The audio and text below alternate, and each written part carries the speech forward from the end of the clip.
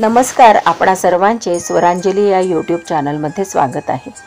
आज आपण ह्या व्हिडिओमध्ये 25 जून 2024 रोजी येणाऱ्या अंगारकी चतुर्थीबद्दल माहिती ऐकणार आहोत। हिंदू दिनदर्शिकेनुसार ज्येष्ठ महिन्यात कृष्ण पक्षात 25 जून रोजी मंगळवारी येणारी चतुर्थी ही अंगारकी चतुर्थी आहे। संकष्टी चतुर्थी ही तिथी श्री गणेशाला समर्पित असून या दिवशी व्रत उपवास करून विघ्नहर्त्या गणेशाची मनोभावी पूजा केली जाते। श्री गणेशासोबत चंद्राच्या पूजनाची परंपरा आहे, त्याशिवाय हे व्रत अपूर्ण असते। सर्व संकष्टी चतुर्थींमध्ये अंगारकी चतुर्थी अधिक शुभ असते।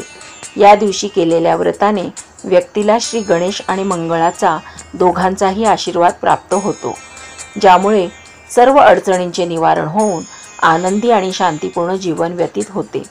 तसेच या व्रताने कुंडलीतील मंगळाच्या दोषांचे निवारण होते आणि मंगळ ग्रह मजबूत होतो। मनोकामना पूर्ण होऊन कामातील अडथळे दूर होतात, ती पूर्ण होतात अशी धार्मिक मान्यता आहे। अंगारकी चतुर्थीला श्री गणेशाला दुर्वा, मोदक, लाडू, विड्याचे पान, कुंकू, सिंदूर अर्पण केल्याने गणेश प्रसन्न होऊन मनोवांछित फळाची प्राप्ती होते। तसेच या दिवशी मसूर डाळ, अख्खे मूग, मध, हिरव्या रंगाचे वस्त्र इत्यादी गोष्टींचे दान करावे, यामुळे सुद्धा श्री गणेश प्रसन्न होतात। संध्याकाळी गणेशाची विधिवत पूजा करून चंद्रदर्शन केल्यावर गणपतीच्या आवडत्या मोदकांचा नैवेद्य दाखवून आरती करतात, नंतर उपवास सोडतात। या दिवशी गणपतीचे आवडते स्तोत्र जसे अथर्वशीर्ष, गणपती स्तोत्र यांचे श्रवण पठण करतात।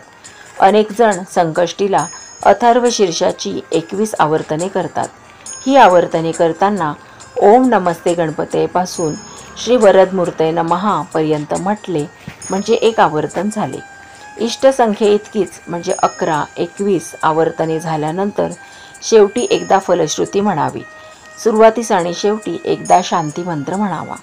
तसेच संकष्टीला गणपतीचे आवडते मंत्र जसे ओम गंग गणपतये नमो नमः, वक्रतुंड महाकाय सूर्यकोटी समप्रभ, निर्विघ्नं कुरु देव सर्व कार्येषु सर्वदा।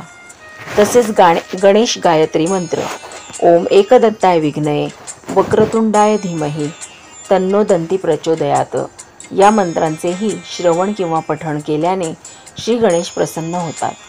अंगारक योग हा खूपच शुभ मानला जातो। या दिवशी केलेले व्रत फलदायी पुण्यदायी मानले गेले आहे, त्यामुळे मनोकामना पूर्ण होऊन आर्थिक समस्या दूर होतात अशी मान्यता आहे। महर्षी व्यासांच्या कथनानुसार या दिवशी केलेल्या पूजा, प्रार्थना, जप, दान या सर्वच गोष्टींनी आपल्याला सुख समृद्धीचा आशीर्वाद मिळतो। तसेच या दिवशी केलेल्या पूजेचे फळ हे इतर दिवसांच्या तुलनेत 10 लाख पट अधिक असते, त्यामुळे होणारे लाभही कित्येक पट जास्त होतात असे या व्रताचे महत्त्व आहे, अशी ही धार्मिक मान्यता आहे। संकष्टीला गाईच्या तुपात सिंदूर मिसळून हा दिवा श्री गणपतीजवळ प्रज्वलित करावा। गणपतीला अर्पण करण्यात येणाऱ्या वस्तूंमध्ये सिंदूर ही एक महत्त्वपूर्ण गोष्ट असून ते या दिवशी जरूर अर्पण करतात। तसेच या दिवशी शेंदुराचा टिळा व्यक्तीने लावल्यास त्याच्या कुंडलीतील मंगळ ग्रहाचा दोष दूर होतो अशी मान्यता आहे। संकष्टीला चंद्रोदयाला चंद्राचे दर्शन घेऊन अर्घ्य देऊन मुलाबाळांच्या परिवाराच्या सुखाची तसेच यशाची कामना केली जाते। संकष्टीच्या व्रताने आपल्या कुटुंबाचे संकटांपासून रक्षण होते।